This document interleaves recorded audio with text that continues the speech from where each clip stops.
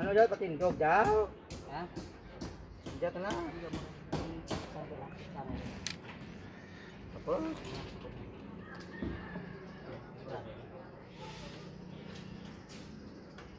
You can't get that down flatter.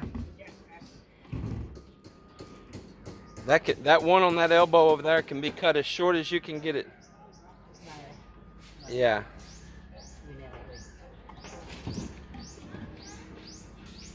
Leave like one inch there. Yeah.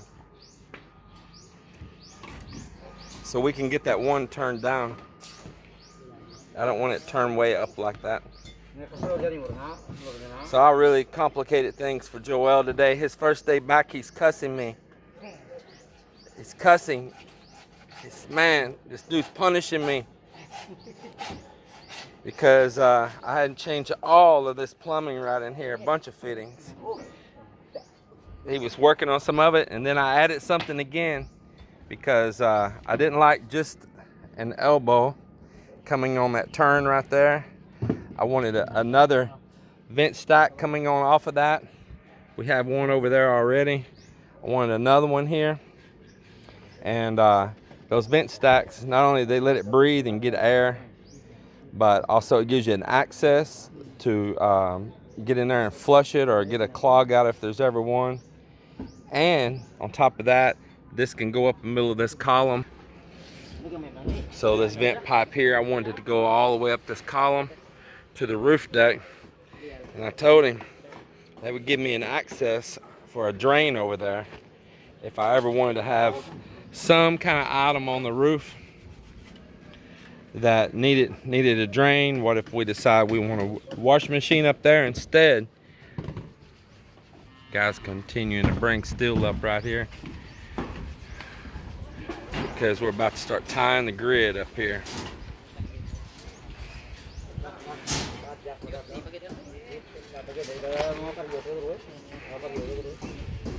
Yeah, so I told him let's put that up there, and that'll always give me an access for a drain up there. Who knows? Man, I might decide I want one of those jacuzzi tubs on the roof.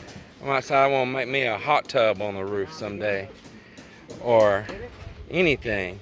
A sink up there. I mean, Joel said, yeah, you never know. You might decide to build like a little simple, tiny little CR up there. Up on the roof deck. Because this is going to be a pretty good sized roof deck up here. I mean, it's a big area that you could entertain on top of itself.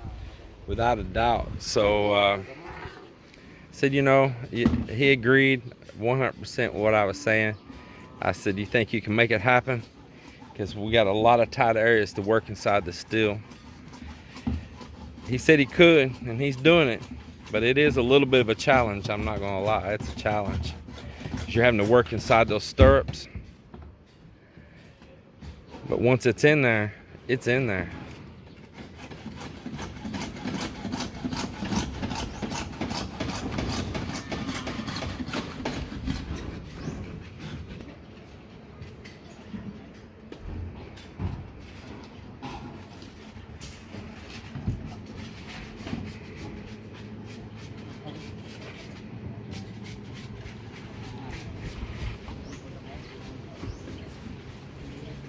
So Melinda, she says that her and Joanne, they recorded cooking lunch today.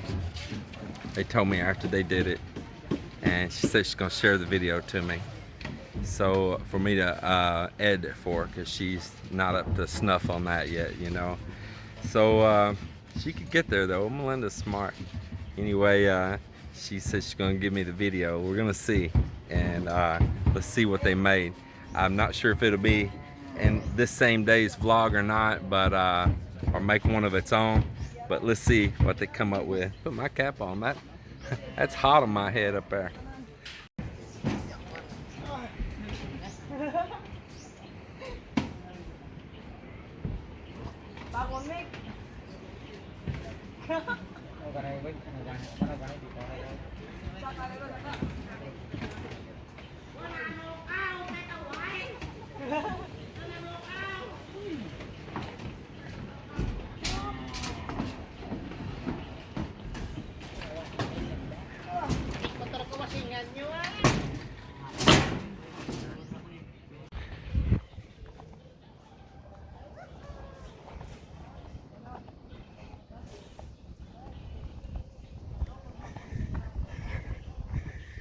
So my car wash is here.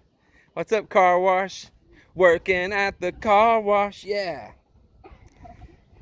I need to come close my window though.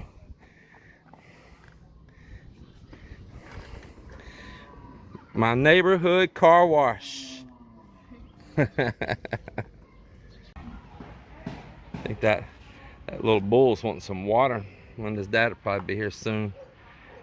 Get him some water there. Yeah.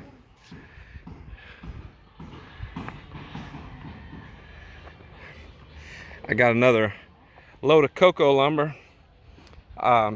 This is the second load I've had to come since the video I did that day of the bad one. Man, these are pretty nice right here. I mean, they are pretty nice. That is cut way better than the others. I found 2 vendors since that bad vendor. I mean, that's pretty righteous right there. It is. Found 2 vendors since the bad one, and they both deliver me really great lumber.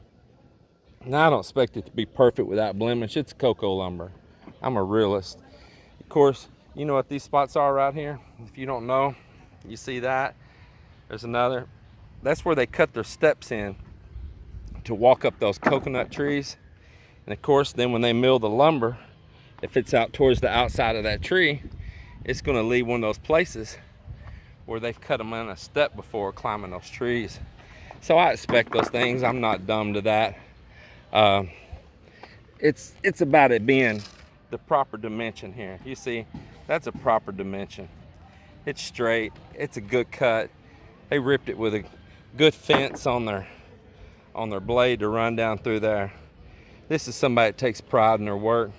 Found 2 vendors here locally that both delivered me really great lumber. Delivered it for free. The others was trying to charge me delivery. Delivered it for free and got it here fast too. It sure did. Not a problem at all. Not a problem. So tell you again, don't just accept.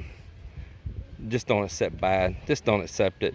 If you accept it, you are just perpetuating their bad practice. So looking at this, I had realized that they had made this outer form, the height of it,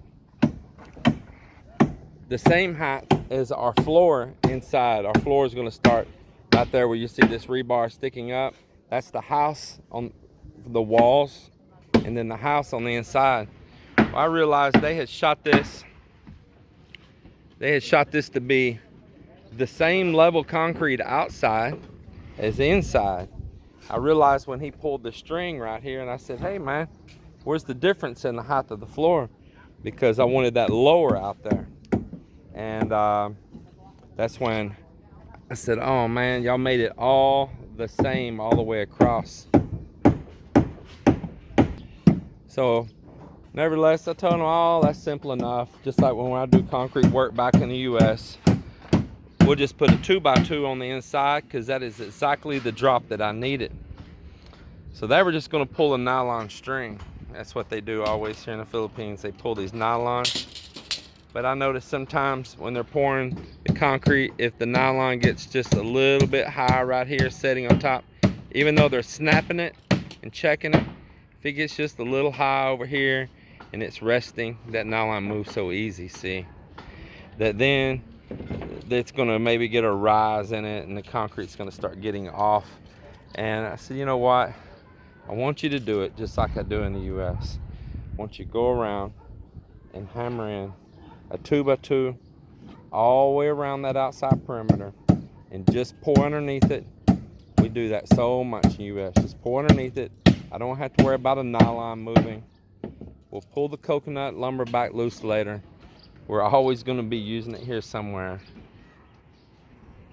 It'll all work out beautifully. So it's the end of another day here at Las Conchas del Mar. And me and my brother here, we've been enjoying a little bit of San Mig Light. But I've been waiting to close out this video for the day. But I had the dancing queen right here. The dancing queen jamming out right here. Jamming out. Yeah, it's just done. She's like Zumba, Zumba, Zumba. Shaking, trying to crack my concrete. Man, more work to do. I'm just tested. I'm just trying to. You're testing the strength on it? Yeah. Man, because you were doing some bouncing and jumping there. Whew, I wish I had that energy at the end of the day. Joanne, did you have that kind of energy? None, right? You did it, what, like 2 minutes, right? And set back down. Yeah, man. So now we know who's working the least around here, huh? Huh? Is that right, Melinda? Yes. Huh? Who's working the least here? Because you're the one with the most energy at the end of the day. I'm sitting resting. Marvin's sitting resting. Yes. Joanne's sitting resting.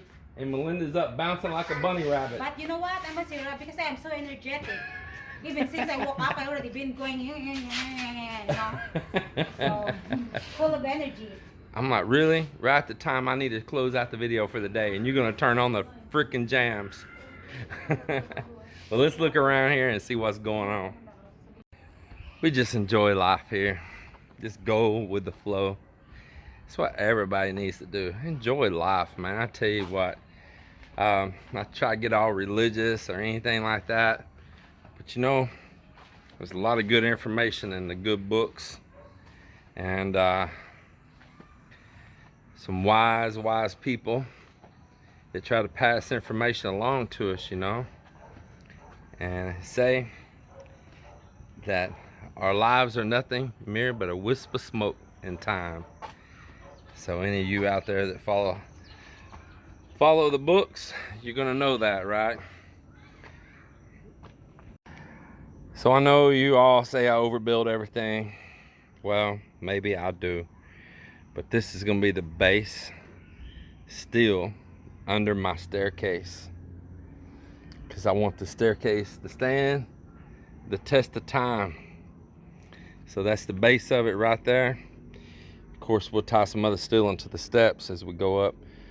Our goal tomorrow is to put a form down the side of this, build these steps, and possibly pour these steps so they can begin curing enough that we can go up and down them for doing our pour here. Let's quit stepping and climbing on that steel every day. So that is a goal for tomorrow.